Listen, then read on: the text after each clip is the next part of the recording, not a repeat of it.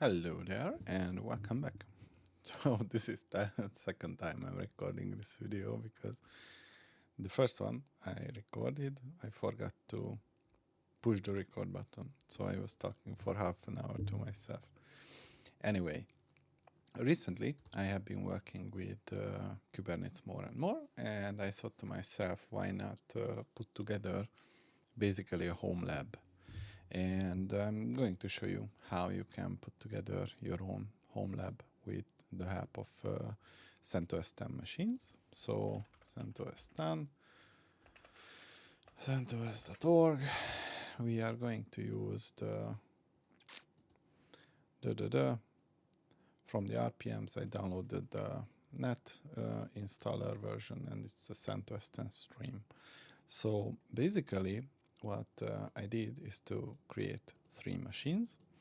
All of them have 4 CPUs and 8 gigs of RAM, and basically that's it. So I have set up passwordless login and passwordless sudo, and let's get right to it. So hopefully you are familiar with Kubernetes, but if you are not, that's the right time to become familiar with it. This is basically a container orchestration platform where you can deploy your applications and so on. So first, what we have to do is to prepare our machines for the Kubernetes installation. We need to install the kernel devel packages for our distribution. And basically this is what's going to happen. I have started the installation for all 3 of the machines. This is needed for all of them.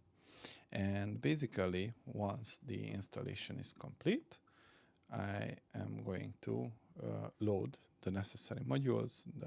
There is the overlay module, the BRNet filter module, the IPv module, and if they are successfully loaded, we can configure under the etc modules load.d folder that these are the modules that need to be loaded when that machine boots. And basically, they need to be loaded because they are needed by Kubernetes. So let's insert this one, mod probe command, and basically with this we cover the CentOS 10b and the CentOS 10 machine, and finally the CentOS A machine. And technically, these are just verification steps so that we know that all the necessary modules are available and loadable. Now, what we have to do is to issue 2 commands which will configure the kubernetes.conf file in the modules load and the cctl.d folders. So let's do that. These are the commands, and basically we say that, okay, we need this module and we need the IPv for forwarding and the bridge configured. Good. Kubernetes has a service called etcd, and it needs full access to the system's memory, and for this the swap needs to be turned off.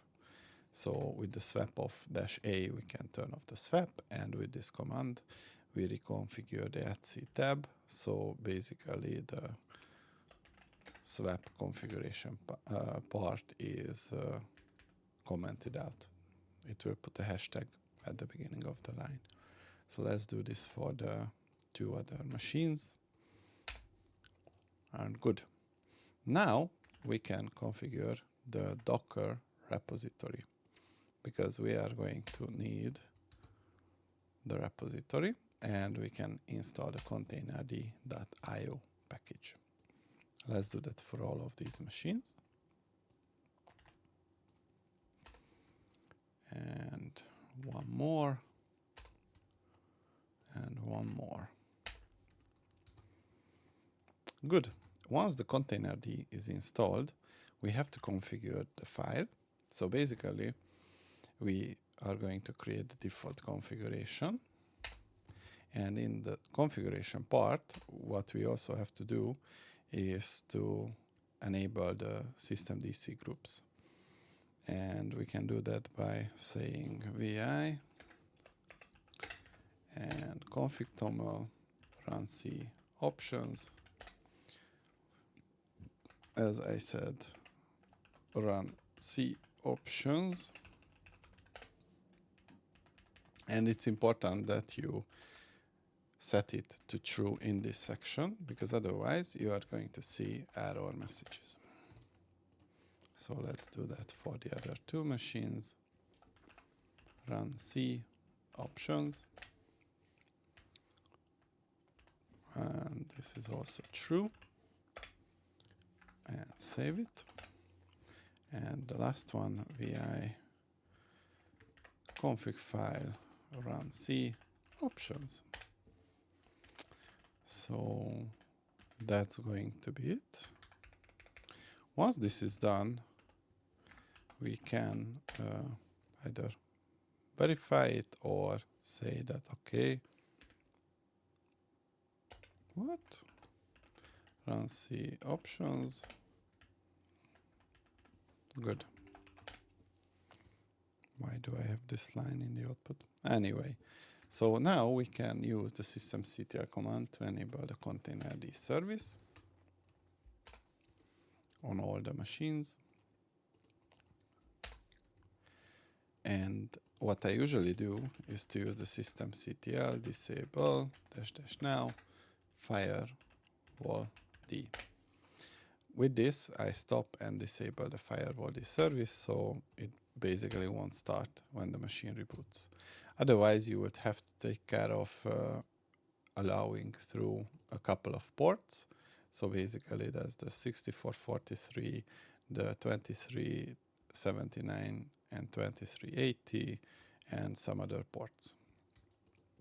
I also have name resolution set up against my other machines, so I can, for example, ping CentOS 10A, 10B, and so on by their name.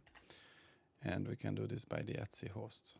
Now we have to configure the Kubernetes repository.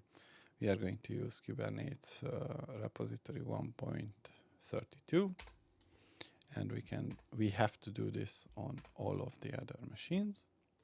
And then we can install kubelet, kubeadm, and kubectl. So kubectl is the tool which allows you to interact with Kubernetes. Kubeadm is the tool which allows you to administer it or initialize it. And kubelet is an agent that runs on each node, and it is responsible for the orchestration in a nutshell.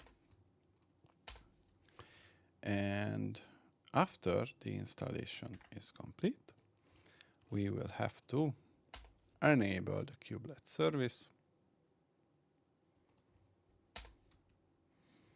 Good. Good.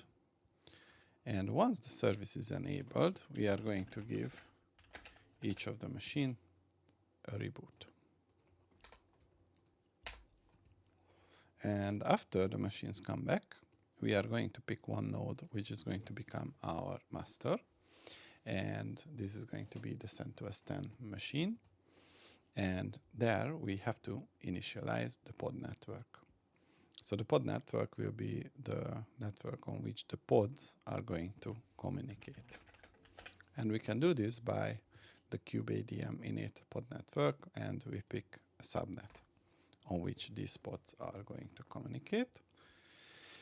And it will take some time because it is going to download a couple of things behind the scenes.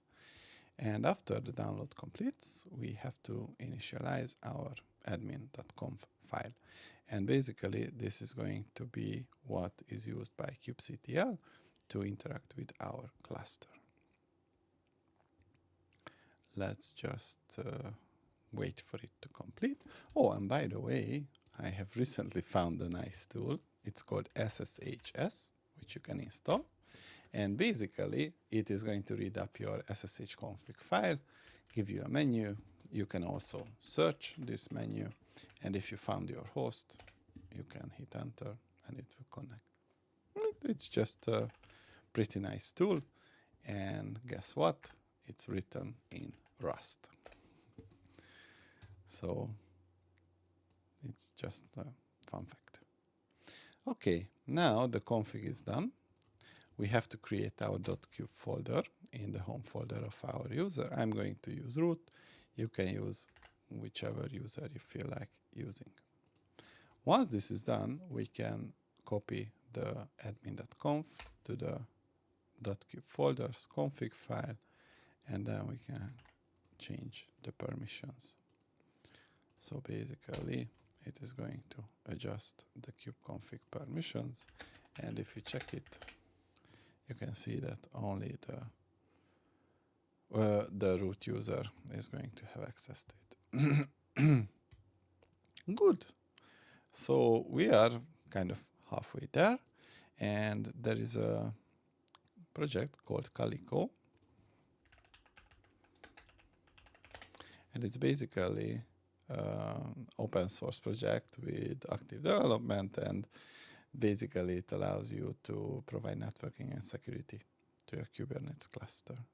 There are alternatives for it, Cilium, which is also popular, and Flannel, which is also, let's put Kate after it. It is also a network provider. You can use any of them. The setup is a little bit different, but for us, Calico is going to be fine. So first, what we have to do is to issue the kubectl create command, and we basically download the Tigera operator manifest file and apply it to our cluster. And we can use kubectl to get pods-a, and it is going to show us all the pods from all the namespaces, and we have the Tigera operator namespace where we have our Tigera operator pod, and basically that's what we did. We are going to need the wget command to download the custom resources manifests from the Calico project, and these custom resources are going to set up our network. And with sed, we are going to reconfigure it so it uses the pod network, which we just created. If we want to check the custom resources, we can see that here we have the Calico network configuration. Good. Now we can use the kubectl create-f custom resources. And technically, it created the resources. We can use kubectl get deployment-a deployment-a, and here this is how the deployments look like, and these are the ones which were deployed. Now we can join our worker nodes to our control node, and we are going to have to use it from the root prompt. So let's enter with the sudo, and we have the kubectl token create print join command, and basically this is what we have to copy paste. Good. Good. And this is the message that we are waiting for. So this node has joined the cluster and everything was successful. So now we can use the kubectl get nodes, and you can see that the control plane is ready and the newly joined nodes are still joining the node. We can list the tokens which are issued at the moment, and as you can see, these are the 2 tokens, and we can see some TTLs, expiry date, and as you can see, this is the default bootstrap token generated. All right. There is another command which is called kubectl cluster info, and with this you can verify your cluster components. You need to have the control plane and the core DNS running. Good. another thing that I want to do before I end this video is to create the Kubernetes dashboard.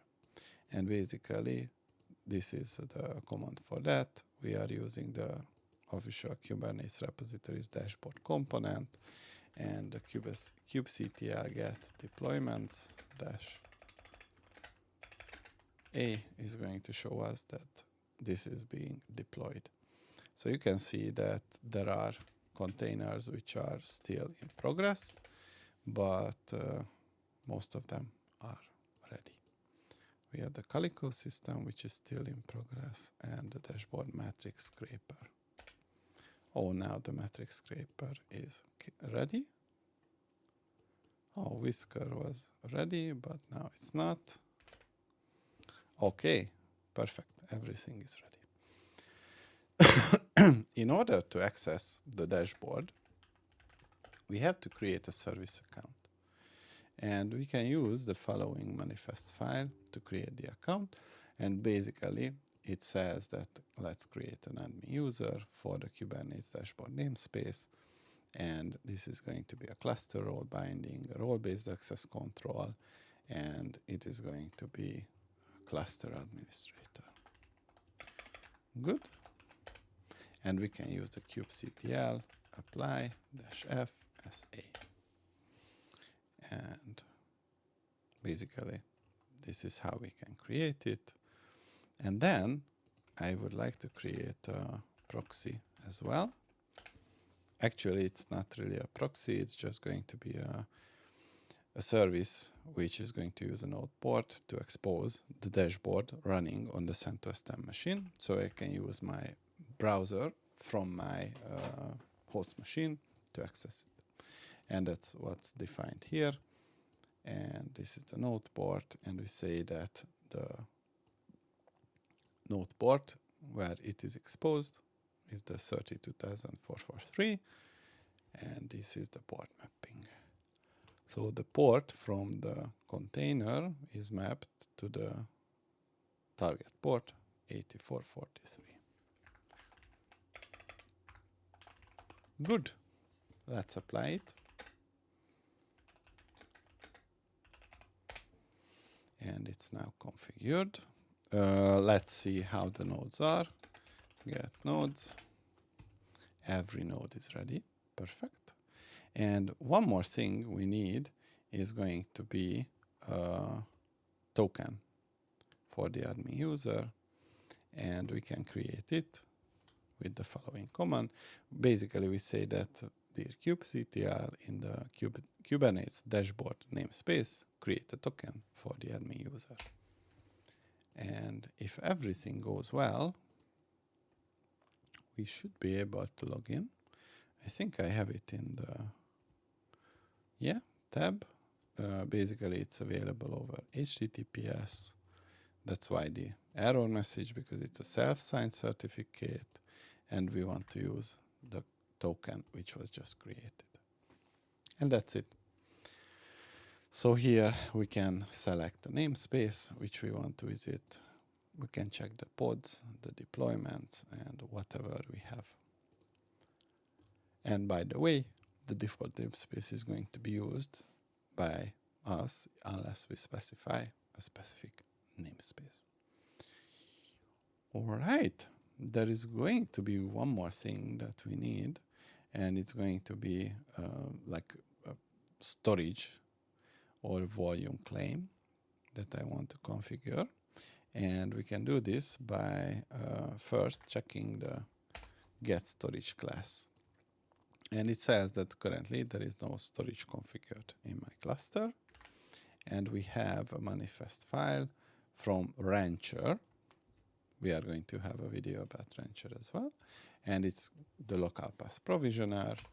And technically we can apply it. And once it was applied, we can use the get storage class command again. And you can see that it is now available. And now what we can do is to set it as the default class for all the deployments. And that's basically it. Now, if we go back to the dashboard and select the deployments, we have the local path storage, and technically it is now running. That was all I wanted to show you in this video. In the next ones, we are going to discover what we can do with the Kubernetes installation that we have. See you in the next one.